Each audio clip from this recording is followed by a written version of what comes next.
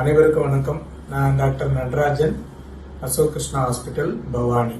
இன்னைக்கு ஒரு ரொம்ப முக்கியமான சாப்டர் நம்ம பார்க்க போறோம்.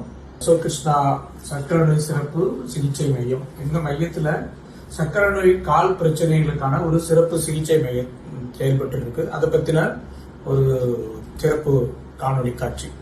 சர்க்கரை நோய் பல உறுப்புகளை பாதிக்கிறது.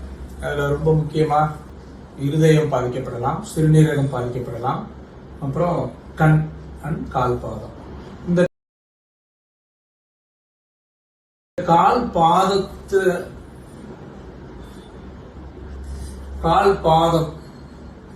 பார்த்துட்டோம் அப்படின்னா இதுக்கு ஏன் ஒரு சிறப்பு முக்கியத்துவம் கொடுக்கணும்னா கொடுத்து அதற்கான ஒரு சிறப்பு மையத்தை நம்ம செயல்படுத்த வேண்டியிருக்கு. அப்படின்னா மற்ற உறுப்புகள் பாதிக்கப்படும் போது உயிர் போறதுக்கான வாய்ப்பு இருக்குது. ஸோ இருதயம் ஹார்ட் அட்டாக் வந்து உயிர் இழந்து போயிடலாம், இல்லை இருதய செயலிழப்பு ஏற்படலாம், ஹார்ட் ஃபெயிலியர் போயிடலாம். அந்த மாதிரி அது வந்து உயிரிழப்புக்கு கூட உண்டு பண்ணுவது.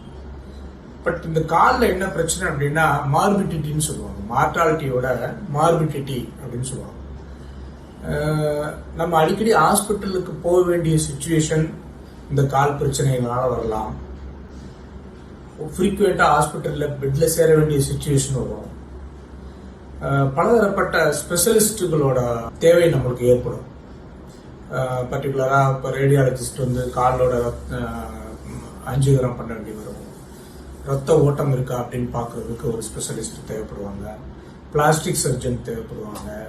பிசிஷியன் வந்து சுகரை கண்ட்ரோல் பண்றதுக்கு தேவைப்படுவாங்க. இது மாதிரி ஒரு 4-5 பேர் சேர்ந்து தேவைப்படக்கூடிய பிரச்சனையா இருக்கும் இந்த கால் பிரச்சனை. இப்போ இருதய பிரச்சனைனா இருதய டாக்டர் மட்டும் பாக்குறாங்க. இந்த கால் பிரச்சனை அப்படி இல்லை, ஒரு 4-5 பேர் சேர்ந்து பார்க்க வேண்டிய சிச்சுவேஷன் ஆயிடும். அதனால மார்பிலிட்டி செலவினங்கள் ரொம்ப அதிகமாகும்.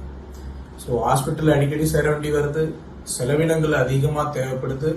ரெண்டாவது வந்து ஹாஸ்பிட்டல்ல இருக்க வேண்டிய டியூரேஷன், அதாவது ஒரு 2 நாள் 3 நாள் இருக்கணும் அப்படின்னா மற்ற வியாதிக்கு சர்க்கரை நோய் கால் புண்ணுக்கெல்லாம் வந்து 15 நாள் 20 நாள் இருக்க வேண்டி வரும்.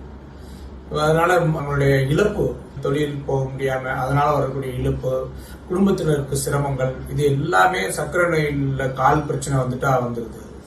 அதனால இது அனைத்தும் தடுக்கக்கூடியவை. அதுதான் ரொம்ப முக்கியம். இங்க இந்த அனைத்து கால் சர்க்கரை நோயான வரக்கூடிய அனைத்து கால் பிரச்சனைகளும் தடுக்கக்கூடியவை, தடுக்க முடியும் நம்மளால. ஸோ அது என்ன வழி, அது எப்படி நம்ம அப்படிங்கறத பத்தி தான் நம்ம பார்க்க போறோம்.